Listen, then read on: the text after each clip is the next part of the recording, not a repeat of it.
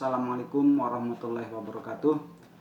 Perkenalkan, nama saya Ahmad Januri dari Winfas Fatmawati Soekarno Bengkulu, Fakultas Tarbiyah, jurusan Pendidikan Agama Islam. Baik, di sini saya akan menjelaskan berkenaan dengan definisi sejarah sosial. Kata sejarah secara etimologi dapat dijelaskan dalam beberapa bahasa. Dalam bahasa Arab yaitu tarikh, sirah, atau juga dikenal dengan ilmu tarikh, yang berarti ketentuan masa atau waktu. Sedangkan ilmu tarikh yaitu ilmu yang membahas suatu peristiwa dan sebab-sebab terjadinya peristiwa tersebut. Dalam bahasa Inggris, sejarah disebut dengan history, yang berarti uraian secara berunutan tentang kejadian-kejadian masa lampau atau orderly description of past event.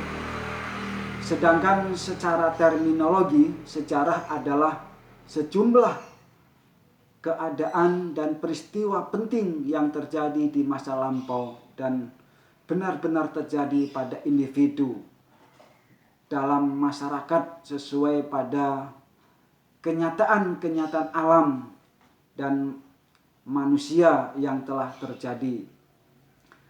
Sedangkan pengertian sejarah menurut Kamus Besar Bahasa Indonesia adalah silsilah kejadian, asal-usul, dan peristiwa penting yang benar-benar terjadi di masa silam. Jadi, sejarah merupakan catatan yang berkaitan dengan sebuah peristiwa yang telah terjadi dan diabadikan dalam bentuk tersirat maupun tersurat dalam ruang lingkup yang lebih luas. Saudara-saudara sekalian yang kami hormati, sedangkan sejarah sosial merupakan sebuah pendekatan yang digunakan dalam sejarah sosial. Pendekatan sejarah sosial yaitu sejarah yang memberi perhatian penting terhadap unsur non-elit dari sebuah masyarakat yang menjadi pembahasan serta mempertimbangkan faktor lain dan di luar faktor politik. Sejarah sosial telah memunculkan gejala baru dalam penulisan sejarah sebelum Perang Dunia I. Gagasan menulis sejarah sosial pada pertengahan abad ke-20 hasil dari reaksi terhadap dominasi sejarah politik selama abad ke-19. Seorang sejarawan Amerika Serikat, Frederick Jackson, pada tahun 1890-an mengawali penggunaan pendekatan sejarah sosial dalam menulis karya-karyanya. Sisi lain, Jackson dan nama lainnya juga mendukung sepenuhnya penggunaan pendekatan sejarah sosial seperti Tamer dan James Harvey Robinson, nama yang terakhir dicatut sebagai juru kampanye bagi penyebaran pendekatan sejarah sosial. Tradisi sejarah baru, concept with all-home activities and thought and ideas form, antropologi, ekonomik, psikologi, and sosiologi, tradisi penulisan sejarah yang mempertimbangkan keseluruhan kegiatan manusia dan mengambil ide-ide dari antropologi, ekonomi, psikologi, dan sosiologi. Saudara-saudara yang kami hormati, sejarah sosial menemukan momentumnya di Perancis sekitar tahun 1920-an. Marx Bloch tahun 1878 sampai 1956 dan Lucien Febvre 1886-1444 merupakan dua guru besar dari Universitas Starbuck yang merupakan tokoh yang mempelopori penggunaan pendekatan sejarah sosial di Perancis. Keduanya menerbitkan jurnal berkala analis di Histoire Économique Extensive untuk mengikis dominasi sejarah politik di Perancis. Bagi keduanya, sejarah politik harus diganti dengan a wider and more human history a history which will in the all human activities and which will be less concerned with the narrative of event than with the analysis of structure. Berkat adanya sentuhan sejarawan dari Jerman, Perancis, dan Amerika, tersebutlah secara sosial kini berkembang pesat dalam tradisi historiografi di Eropa. Saudara-saudara sekalian yang saya hormati, pada pertengahan tahun 1900-an muncullah generasi baru sejarawan yang menggunakan pendekatan sejarah sosial dalam penelitian maupun penulisan karya-karya historiografinya. Bahkan sebagian mereka berhasil atau berasal dari Belanda seperti Jacob van Loor, C.L.M. Ponders, Alfons von der Kian, dan seterusnya.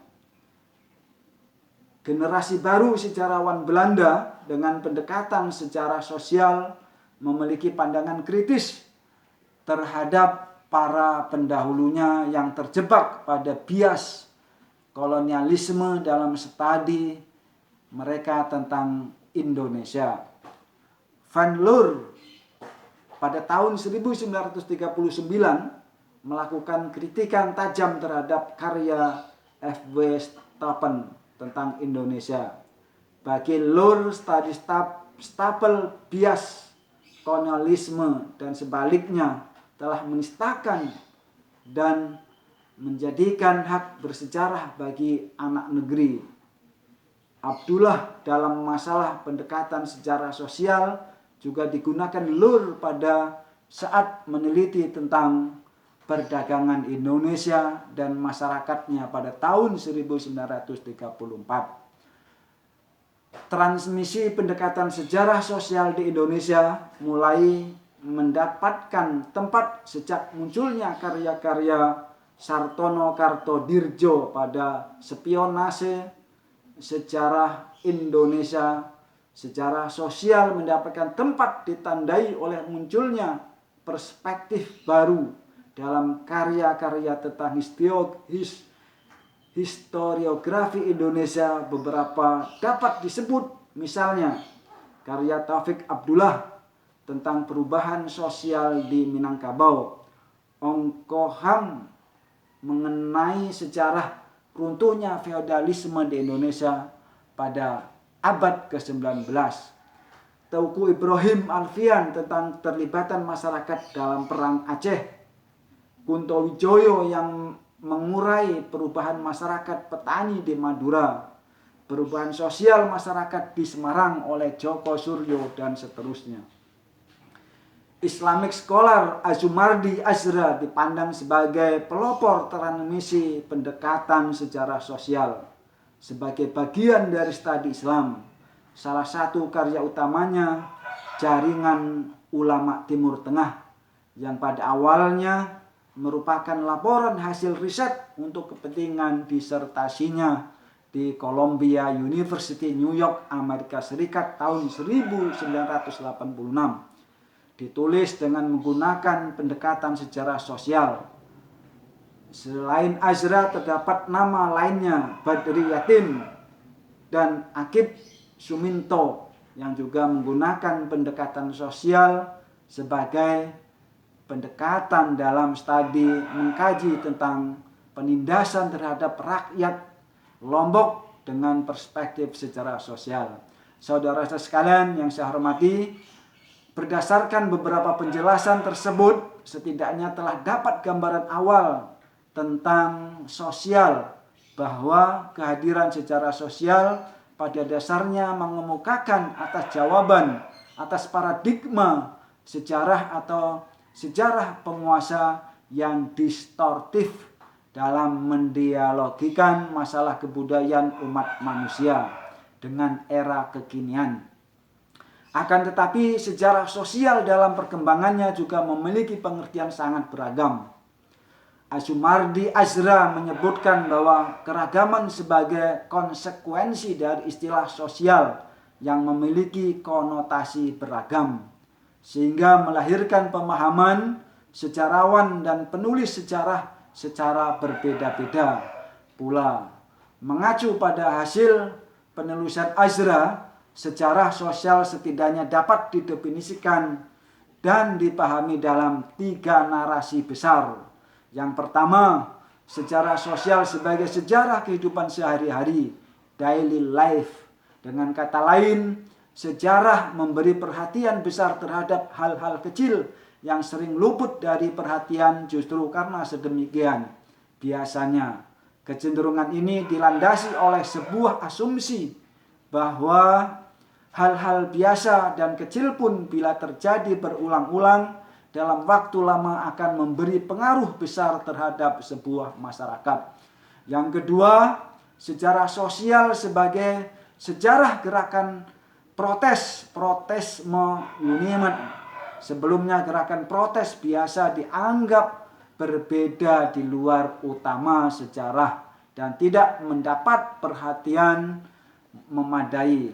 Karena gerakan tersebut hampir selain berarti masyarakat bahwa menentang elit politik, belakangan para eksponen sejarah sosial berhasil mendemonstrasikan betapa gerakan protes sangat signifikan dalam dinamika dan perkembangan sebuah masyarakat. Yang ketiga, sejarah sosial mengambil beberapa aspek non-politik secara selektif yang dianggap faktor dominan dalam sejarah sebuah masyarakat. Dalam pengertian ini, sejarah sosial menembus batas elit politis secara konvensional, tetapi tidak cukup detail untuk menjadi sejarah kehidupan sehari-hari. Seorang peneliti misalnya memberikan perhatian sehari-hari. Seorang penelitian misalnya memberi perhatian pada aspek intelektual, ekonomi, atau kulturasi di samping politik dalam menjelaskan sejarah suatu masyarakat. Saudara-saudara sekalian yang saya hormati, demikian tadi definisi sejarah sosial. Semoga ada manfaatnya bagi kita semua. Lebih dan kurang mohon maaf. Kami akhiri. Wassalamualaikum warahmatullahi wabarakatuh.